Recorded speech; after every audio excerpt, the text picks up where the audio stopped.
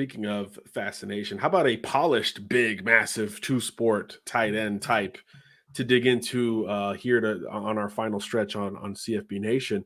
Duce Robinson. I think the unanimous number one tight end in the class certainly was my number one tight end on the board coming out of Arizona.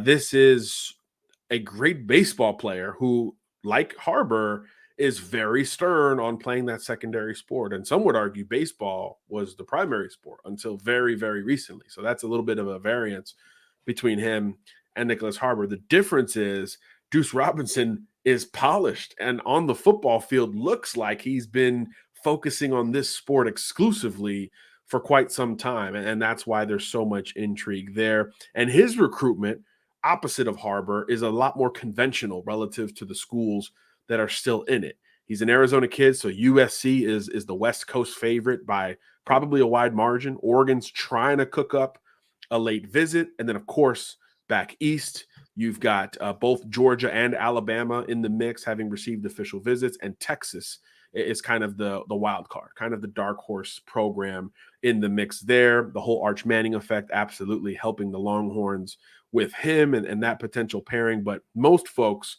are viewing this race as a USC Georgia deal. USC, longtime favorite, again, West Coast kid. At the Elite 11, he was throwing with Caleb Williams, and all the coaches even were like, hey, here's the future connection. Like, it was very obvious that USC has a lot of pull with Duce Robinson, but obviously recently Georgia at that position has been as productive as just about anybody, and on top of it, they're winning national titles. So you understand one exception. Overall. Yeah. But they do such a great job of using multiple tight ends. And like, I'm kind of joking with you about Notre Dame, but like all of Notre Dame's production at tight end was with one guy. Right. And what Georgia's done such a good job of is getting multiple tight ends involved in the conversation, which is, if you're not sure if I'm going to be the starter day one, and if you're stepping in there and Brock Bowers is on the roster, well, at Notre Dame, that means you're going to play, but you're not going to get the ball a lot. At Georgia, it means you're still going to get the football. And I think that's an important piece if I'm him and I'm in his shoes, that's something to consider and something to look at. But because to your point, like they've done a great job in recent with guys with far less talent than Duce Robinson have had production at tight end. Yeah, that's going to be fascinating. There's been this expectation that USC was kind of gonna be the school. It was just a matter of when he took those other visits to solidify it. But Georgia has certainly been the school that has made up the most ground, and obviously SEC baseball is worth talking about here to a degree. Pac-12 baseball is pretty good as well, but SEC baseball is kind of its own thing. I've learned in moving to SEC country. So I do think that element is important for Duce. And I believe the Georgia baseball coach offered before Kirby Smart and the football staff eventually offered him a scholarship. And I think that resonates with a kid whose first love and really primary sport for most of this stretch has been baseball. That stuff absolutely matters. So, pre-winter, a lot of USC vibes. And then since then, Georgia's obviously has the ammunition and the profile to make up ground in a hurry. So I think he ends up at one of those two schools in different shades of red. It's just a matter of, can someone else make it interesting? Oregon, Texas, whoever it may be. But Duce Robinson is absolutely worth it. Again, polished, physical, 6'5". I mean, he's a massive home run hitter in baseball. John, he is a wide receiver in a H-back tight end body. Yeah. I mean, when you look at his body control, his ball skills are outstanding. The tons of talent, just tons of talent. Actually, we do have some film here, John, of him. Yeah, let's pull it up because you're going to see. I mean, just the body control, the ball skills. He understands how to run routes. He understands how to manipulate through traffic. He's got to get stronger because there is some level of blocking, but in the right system, he doesn't have to block a ton. Brock Bowers is not much of a blocker. When you look at him compared to some of the other big time tight ends, but Georgia says, okay, fine. Look at this, a tunnel screen. Yeah, it's after the catch. Yeah. This is 80 yards after the catch. The body control, the balance you see there, John, and the speed. And look, he's playing in the level of Arizona where he's going against dudes week after week that are going to play college football. Arizona's the sneakiest rising metro area to keep an eye on from a football standpoint, 100%. Yep. Look at that balance, though. Like, this is another after the catch play where he looks like Jamar Chase. Right. Right. It's crazy. It's really crazy to see how smooth he But is look at this top end, pre-post John, contact. though. Talk about like the polar opposite of Nicholas Harbor.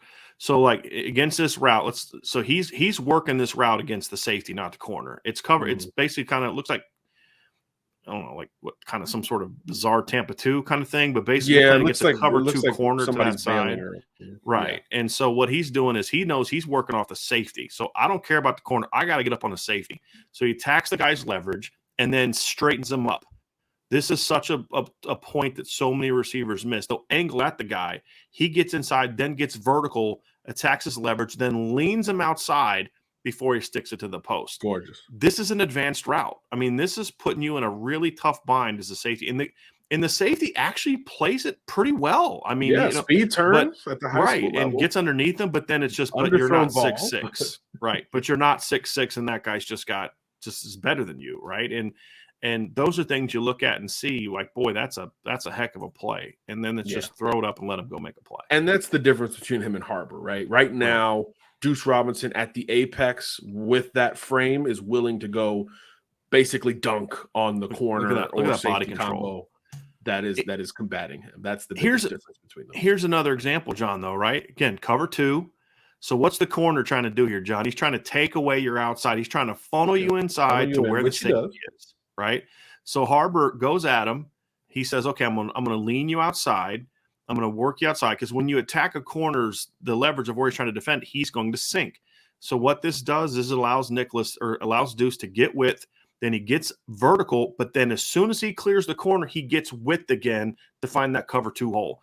This is a kid that knows how to play this position, right? And that's the thing you look at and you love, John, to say, boy, this is a kid this is why you say this is a kid that, strength wise, he's gonna have to get stronger, but he steps on your field as a freshman knowing how to play the game. And if you can't find a role for that kid as a rookie, in college, you're not doing your job right. He's catching passes for a major university in 7-8 months. Yes, no doubt about 100%, 100%. And it's going to be interesting to see kind of how he views this, John, because I mean, if you look at USC, they use their tight ends in the Lincoln Riley's used tight ends in the past at Oklahoma, but he didn't really use them this year at USC. And so how does he view that? How does he look at that? Does he say, okay, well, they used to have success there. Yeah. But, the production that they've had at tight end at USC has not been good compared to past years. Now, but Oklahoma, they had more success. So that's going to be the thing he has to ask himself is like, which offense am I going to be able to thrive in? And do you look at it and say, well, the tight ends have always been complementary players at USC and at Oklahoma under Lincoln Riley. At Georgia, they've been the guy. You can say, well, who's the best receiver for Georgia this year? Well, it's Brock Bowers. It's not even close. It's not Ladin McConkey. It's not anybody else. It's Brock Bowers. Yeah. Speaking of Georgia, I saw some Todd Monken rumors today. So, I mean, Georgia could have a change there at OC as well. Which would hurt. Would hurt them a ton, but yeah, he's a unique player, John. There's no doubt about it. But he's a day one guy, and as he gets stronger, he's going to be a really good. He's going to be. These are punt return touchdowns. I mean, it's kind of a gross. Like it doesn't make sense. It's not fair. Yeah, like I don't need to go X's and O's here. It's 6'5", 225 or so. Returning punts with ease against, like you said, good competition in Arizona. He's not doing this in Montana or one of the Dakotas, no disrespect. He's doing this in Arizona. It's really he's got good speed, but I'd say that's the one thing that he's not on the same Brock Bowers level. It's just the pure speed. Right. Now, here's the question though. Does that come as he gets into more of a college weight room? Because I could see him taking a step up from that regard. Like Brock Bowers, even in high school, is faster than Duce Robinson. Yeah, running back, running for 2,000 yards. Absolutely. But he wasn't 6'6". Right. There's always that give and take.